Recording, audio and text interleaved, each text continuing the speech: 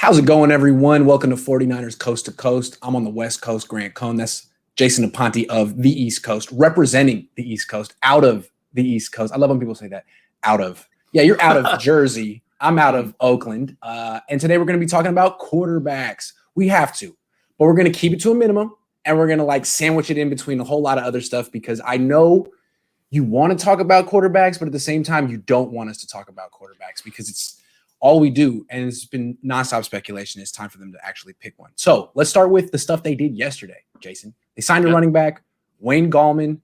I mean, I'm not going to say, do you like the signing or not? Because we don't even know what they're paying him yet. But just, what do you make of it? Well, I mean, for me, this feels like a replacement for Tevin Coleman. And me being here in Jersey, I've seen a lot of Wayne Gallman, and particularly playing fantasy football as well. And I know that doesn't mean anything, but when Saquon Barkley went down, Wayne Gallman was solid. And if anybody remembers against Seattle last year, 16 carries, 135 yards. What I really saw from him is that a guy who was very solid, very much involved in the pass game here and there, just a better Tevin Coleman, basically. So I see him making this roster. I really do. It doesn't take the 49ers away from drafting a running back, which is what I think they still will do. But Wayne Gallman is very solid. I was very happy with the move.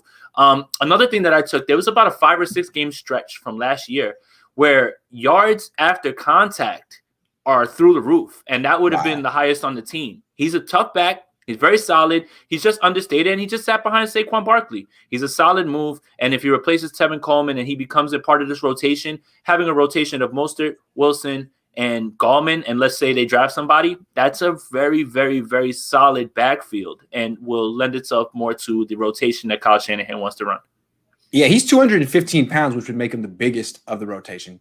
And, I saw him once last year when the Niners played the Giants, and he wasn't super impressive, but again, it was going against a good defense. Plus, Jason Garrett was the play caller. I remember thinking, man, Jason, you have adjusted your play calling 0% since you left the Cowboys. I remember Vish said it at the time, you're calling plays like your running back is Ezekiel Elliott. What are you doing? You can't just call a dive into the middle of the line on 1st and 10 every play. So I think Kyle could look at him and be well, he runs hard. He's fast. He was in a ridiculous system with a ridiculous play caller last year. Put him in my system, get him outside the tackles. He might be pretty good. I mean, he did average 4.6 yards per carry last year. So the other thing is, too, is if I remember correctly in that game, I think he rushed for 5 yards, 7 yards on 5 rushes. But that was Javon Kinlaw eating up space. And again, they were out of their game plan because they got down, in that game. Remember, that was right after all the stuff happened with Bosa, Garoppolo all in the same game. And then they went out there and they whipped the Giants. So, game script had a lot to do with why Wayne Gallman wasn't, in there and all those other things that you alluded to. Right. When they signed him, I was surprised because I didn't know his box score from last season. I was just they kind of shut him down. I'm surprised they were impressed. But then you go back and look at his box score. It is impressive. It is. And then I didn't know that he played that well against Seattle. All you got to do is turn on that one tape and be oh, yeah, okay. So we both think he's going to make the team. He'll be in the rotation. Does this final question on what this means? Do you think this means they're not going to draft a running back? I don't think that. It's good to have as many bodies as possible. Remember, the 49ers are missing Jerick McKinnon and Tevin Coleman, who were part of their rotation last year. Good point. So doesn't necessarily mean that they're out on a running back. I would actually still expect them in this draft to address it and draft a running back. Someone more with Jerick McKinnon's skill set. Maybe. I mean, that's a Michael Carter. If you off the top of my head, you feel it. I love that, but I don't know. Again, the guy I want is Javonte at 43, but I don't know, what's going to happen. I could see a scenario where they trade back and recoup picks and still get a running back. So it's going to be interesting to see how they do it. But my prediction is that they're probably still going to address the running back position in the draft somehow. You really love a draft prospect when you just call him by his first name. Javonte. So whenever I post his film clips, I just put Javonte in big letters. That's it. Javonte. Speaks for itself. All right. Same question. What do you make of the Arden Key signing?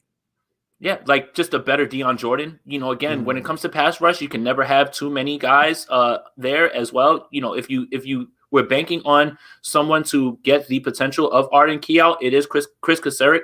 So I understand the move. And again, it's best to have as many options as possible. You lost Kerry Hyder. Do you know what Samson Ebukam is? Do you know if D4 is going to actually do anything? There's nothing wrong with loading up on this, and especially when it comes to guys who are as athletically gifted as Arden Key.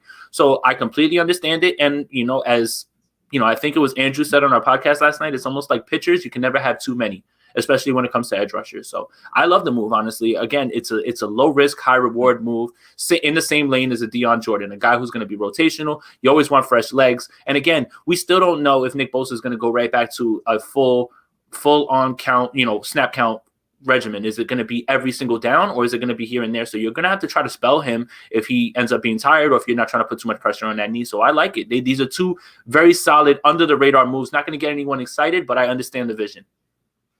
I liked Arden Key when he came out of LSU. I remember he had really good reviews in his first training camp with the Raiders. All the beat writers were saying that no one could block him, that he was making, I think, Colton Miller look bad, I believe. Everyone liked him, and then he never really produced in the NFL. Although I was looking at his box score, a lot of quarterback hits, not many sacks, which makes me feel like there's potential there. There is, and yeah. QB hits and pressures are the things that I look to. Sacks are fickle. Yep. Sacks can happen because if the pressure's coming from one way and they turn right into you, you get the sack. You didn't do anything. You were rushing the passer, but you didn't apply that pressure. So pressures and hits are the way that I really evaluate quarterbacks. Sacks are great because that means you finished the job, but that's not indicative of your actual impact on the game, in my opinion. So here's the thing. The Raiders drafted Arden Key, and he gave him nothing. They felt he was worthless. They didn't even try to bring him back in the Niners, get him for, I'm guessing, like close to the vet min. Mm-hmm. The Raiders, on the other hand, look at the Niners and like, you know what? You guys messed up Solomon Thomas. We want Solomon Thomas. Give us him for what, $5 million? So the Raiders are betting that the Niners were wrong on Solomon Thomas. The Niners are betting that the Raiders were wrong on Arden Key. And you know what? I think the Niners are going to end up being right. I think Arden Key is going to be a lot better than Solomon Thomas. Well, if you look at what happened with Kerry Hyder last year, that's really what you have to point to, is a guy who's been solid, but it gets turned around with Kocurek. So again, and then when you really focus Jordan Willis, Deion Jordan, I mean, exactly. All of them.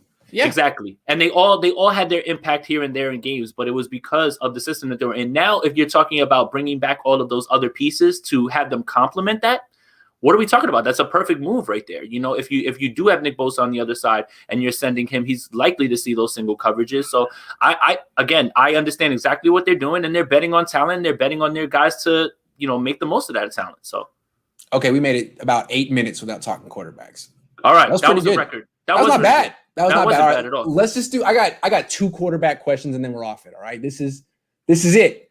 So Rich Eisen, 2 million followers. I've been watching him on TV since I was a little kid. He's a big deal, and he's connected in the NFL. He casually says on his radio show yesterday, I'm hearing the Niners are going to draft Trey Lance. Oh, okay. Why do you think Rich Eisen thinks the 49ers are going to draft Trey Lance? Because no one else has said that. No, but, I think that it's basically down to 2 guys. It's Fields and Lance. So he's going to be right. It's a 50-50 shot of him being right. Okay. He's probably putting all the pieces together about, they met with Trey Lance's parents and the Shanahan stuff, and look how he fits and look at his face. So look at his face. Yeah, I mean, look at Kyle Shanahan's face when Trey Lance hits somebody's deep. Yeah, just like just like that. I thought you were doing the Jimmy Garoppolo version of scouting quarterbacks. It's like, yeah, man, that's a hell of a. Would you see that line?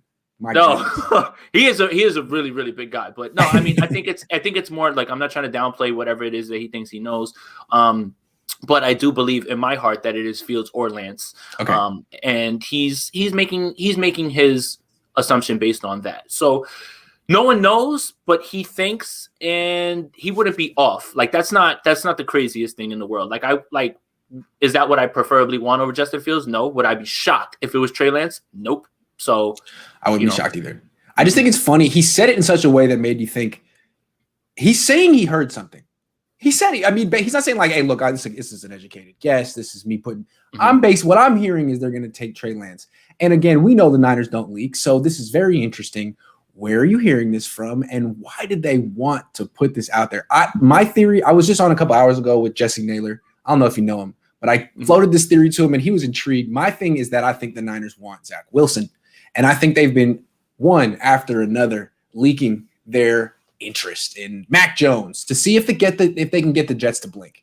And like the Mac Jones thing was like a laugher. Like the Jets almost laughed him out of the building. It's like, dude, we don't even like Mac Jones as much as Sam Darnold. Keep trying. So they moved on to Justin Fields. And I don't know if it had the desired effect. So with 8 days left, they float this to Rich Eisen to see if they can get the Jets to blink. That's my theory. But they might take him. They might take him. Yeah, who knows? Yeah. I mean, honestly, like I said, if there's a world where Justin Fields goes second, I'm running to the podium to send Zach Wilson's card up there. But that doesn't mean that that's what the 49ers are thinking. And I don't know that. Like, again, I think that if Fields goes 2, then it's a lock for Lance. And then after that, it's going to be a free-for-all for people trying to get to 4 to get Zach Wilson after that. So, yeah, I mean, it's an interesting thought. Again, I'm going to keep saying what I've been saying. This is why I don't really want to talk quarterback so much, because we just continue to repeat ourselves over and over. Yes. He's got his sources. He thinks he knows what he knows. Let's just let it play out at this point. But if you're asking me, the leaders in the clubhouse are Fields and Lance. I just think it was predictable. Like, as soon as Justin Fields had his pro day, I said, okay, well, then next week, someone's going to say that Trey Lance is the guy because he's having his pro day next week. And boom. I didn't know it was going to be Rich Eisen, but it ended up being Rich Eisen. So, Rich, you win.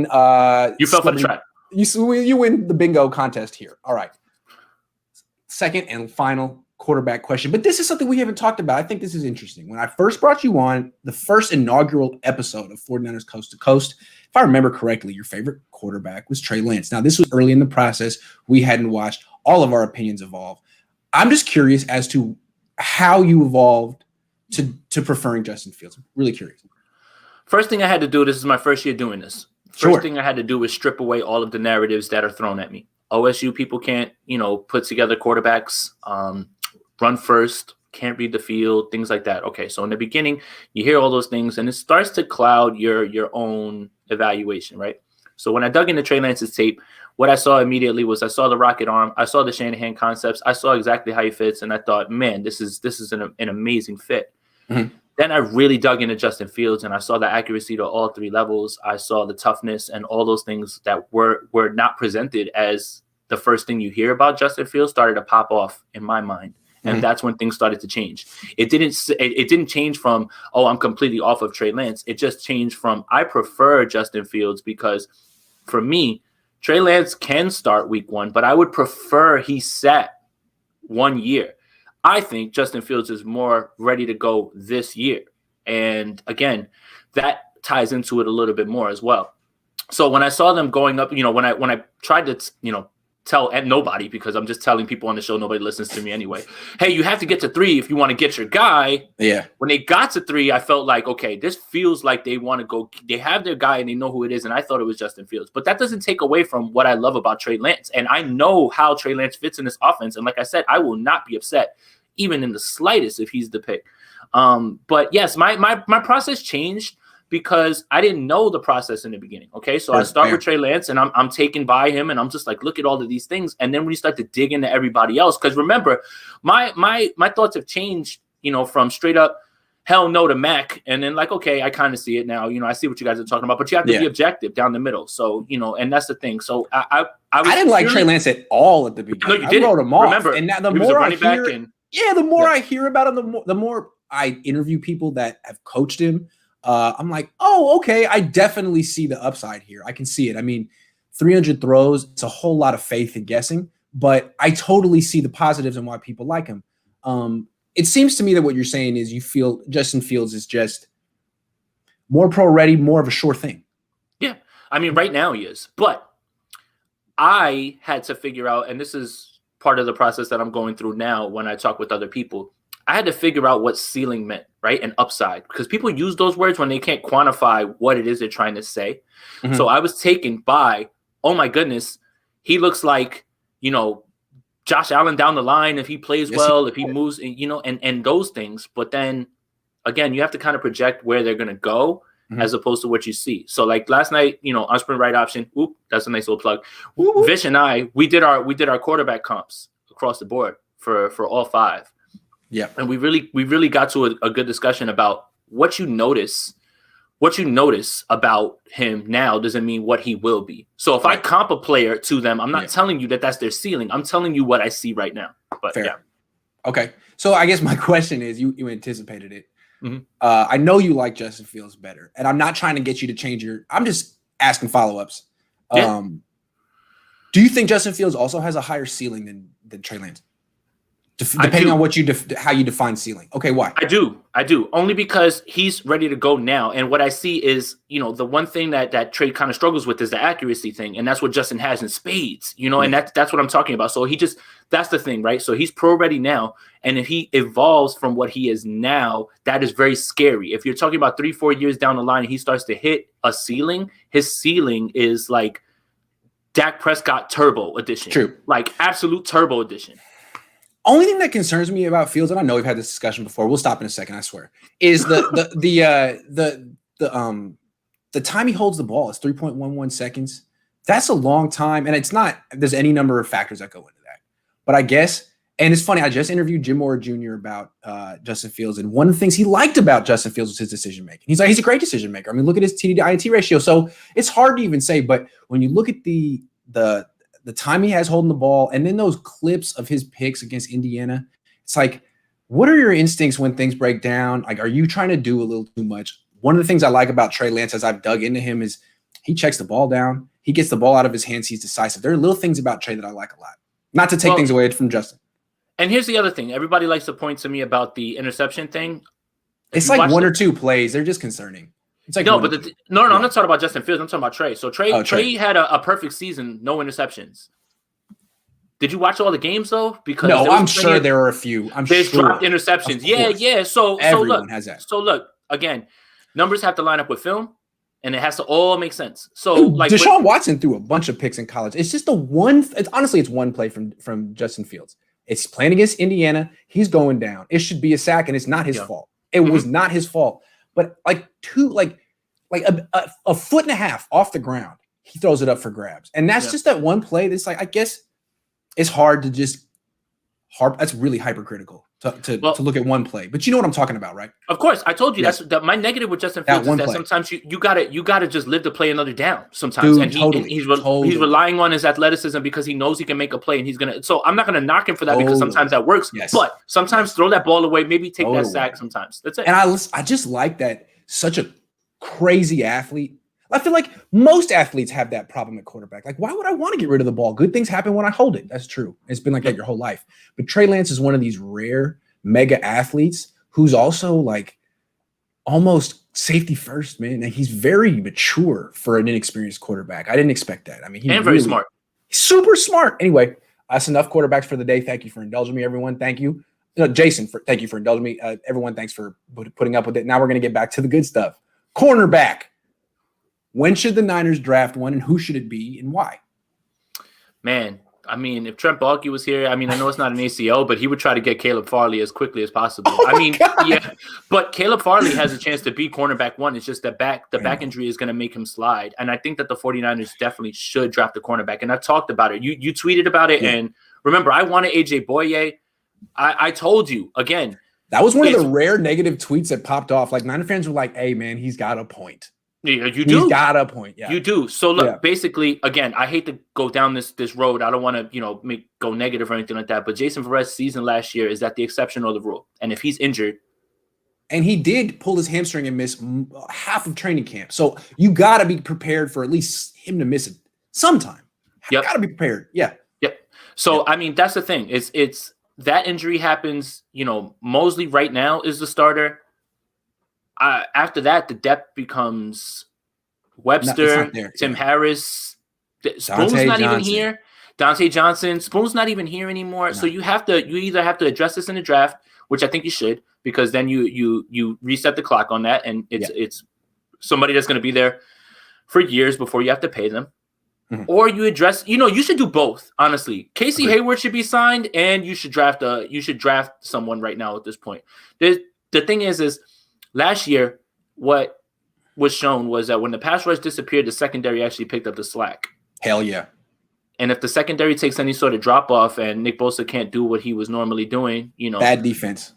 Bad defense, it'll slide. It'll regress. It'll definitely regress. There's only so much Fred Warner can do in the middle. He's a great player. But without a pass rush or good coverage, you're going to have a tough time against the pass at least. Yeah, the cornerback room gets super thin if Jason Verrett goes down. It gets very thin, and then you're caught in those, you're caught with a Brian Allen moment where you have to play somebody because you just give away a game because of one player, one position. Yeah. Yep. Yeah. Shame. You don't want to have that happen again. No. That should be your point to why you should have more cornerbacks in that room. So second round, do we agree? Yes. Yeah, yes. I think so. I would love it at 43, but I would love them to move back into the second round somehow and take a corner if he's there. Keith Taylor. You mean like the back end of round 2? Yeah. Yeah. Okay. I was saying they could even move into the back end of round 1 if there's someone they really like. If they want to send 43 and move up, and if there's somebody there, like if Caleb Farley's there, you take a swing on that. I swear you take a swing on that. You have to, even if his back is okay. I haven't really watched much of him. I just know about his injury history, and it scares me, not because of who he is, but because of the 49ers history. I feel like if there's a team that needs to like stop and admit they have a problem, it's them. But I know he kind of shut down Chase Claypool a couple of years ago, and people really like him. So can you just give me a little primer on Caleb Farley? Yeah, he's sticky. He's all over the ball. The best person to look at is Crocker. Crocker will tell you the same thing, that he's probably his cornerback 1, if not for the injuries. He's faster than Horn. So he's got Horn up there at 1. Because Horn is great, but Caleb Farley would be the cornerback 1 if it wasn't for the injury concerns. So it's a good discussion. I think that he's really good in man-to-man. He's good in zone, and he sticks to the ball. And he's it's just the back injury. Back injuries are fickle because even people who specialize in back injuries will tell you, I can't tell you what's going on with your back right now. Like it's the weirdest thing ever. Look at D Ford. The Niners should know with D Ford. That's the thing. I'm saying, guys, be careful. You know how fickle this is and how unpredictable, and you're having problems with it. Hey, be careful. The thing, I feel like the Niners are looking to, I don't know. I feel like they're looking to replace Ahkello Witherspoon. He wasn't what they wanted in the sense that Jerick McKinnon wasn't quite what they wanted, but they have a clear vision of what they want. Mm-hmm. And in the case of Ahkello Witherspoon, it's that 6'3" corner who can play man or zone, who can match up with DK Metcalf. And there's one corner in this draft available right around 43. I haven't done a whole lot of investigation, but his name is Ifeatu Melifonwu. Melifonwu from Syracuse. Yeah, his older brother's on the team. He's 6'3". I don't know how he tested other than that, but seems to me like that's going to be someone the Niners are interested in. I like him. He can move around. In Mobile, he was moving around in the slot. He was outside. He was in the box. He was moving around a lot. I like him. He's very versatile. And if we know anything about the 49ers as far as offense and defense, is that versatility is invaluable to them. Perfect. All right, cool. Next one. 2 more topics. The Niners worked out Tony Jefferson. Mm-hmm. It seems to me we just said that cornerback is a really big need. You could argue safety is a big need too. How big of a need is it in your opinion? Well, it is in the terms of, Jimmy Ward has put together 2 seasons of being relatively healthy. So, maybe he's turned the corner in that way. Yep. Love Jaquaski, but, every single year he's been injured. You bring him back for next to nothing as well. And he signed for only 1 year. Yep. Right. For 1 year. Behind that, you have Marcel Harris and you have God, Moore. Why am I blanking on his name? Yes. Because he's not that good. Tavarius Moore. Sorry. No. I'm sorry. But yeah, he's had years on the team. He really hasn't established himself. It's not like he's the heir apparent. No, so they've got 4 guys, right? And then here's the thing. Here's why you maybe go for another safety, right? Is because in a pinch, Jimmy Ward can play slot corner. In a pinch, right? Sure. And that's not really what you want him to do, but you can move people around. And K1 misses time. So yeah. Exactly. Yeah. So all these things kind of lend itself to the secondary kind of needs help all around. And it wouldn't be a shock to me if, Tony Jefferson, I think, is going to get signed. I don't think you bring him in, because Gallman, they brought him in for a visit and they wound up signing him. I don't know what's holding this up, whether it's money or maybe he's got interest somewhere else. Yeah. I mean, but it tells you what they're thinking. If they didn't have any issues with the secondary, or if they didn't have any issues with the safety spot, they wouldn't be bringing in Tony Jefferson for that. And again, best to be proactive than reactive, because you don't know how injuries are going to play out, and that you can't. Not that you can't count on them, but history has shown you that Jimmy Ward's going to be banged up 1 or 2 games in a season, maybe Tart as well. So It doesn't hurt to bring in somebody who's solid, because Marcel Harris is fine. Tavarius Moore still needs to pick up a lot as far as coverages and understanding stuff, because he lets things go over his head, and that doesn't happen when the normal guys are there. So you bring in a veteran, you have somebody that you can plug and play, and I think that's what Tony Jefferson is. So if it wasn't an issue, they wouldn't be bringing in Tony Jefferson. I don't think that either Ward or Tart is as good as Verrett. So if either one gets hurt, it doesn't have necessarily catastrophic impact. Also, neither one plays. Verrett's corner is a more important position, but we've seen consistently when Jaquaski Tart goes out, the defense takes a big hit. Big time. And especially in the red zone and explosive plays. Yes, absolutely. And when Ward hasn't missed much time the last couple of years, but when he did miss time before, they never had an answer at free safety without him. So I think safety is not as big of a need as cornerback, but top 5. I mean, it's right there. They'll address it, whether that's free agency or the draft. Jefferson it could be one of them. And I forget that the Niners have they have 2 former DCs on their staff right now that weren't there last year. The guy from Detroit, whose name escapes me, Undlin, but the other guy is Betcher.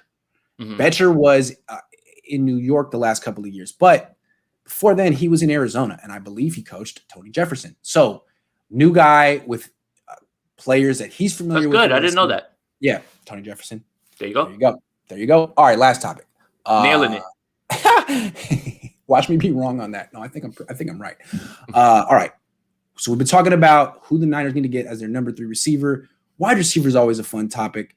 The Niners like to draft them early, but it does strike me that there are some names, there's some bodies on this team at wide receiver that we're not thinking about. I mean, there's Jalen Hurd, there's Richie James, there's Mo Sanu, and there's Travis Benjamin. Travis Benjamin has been a number 3 receiver for a long time. He's 31 years old. I don't know why the Niners brought him in. I don't know what their plan was for him last year. He opted out. He's still around. I forget that he's on the team. Do you think he's in their plans at all? What do you think is the deal with Travis Benjamin? Maybe punt returner at this point. I mean, that's really what I would see. Honestly, Travis Benjamin never really struck me as anything more than a camp body.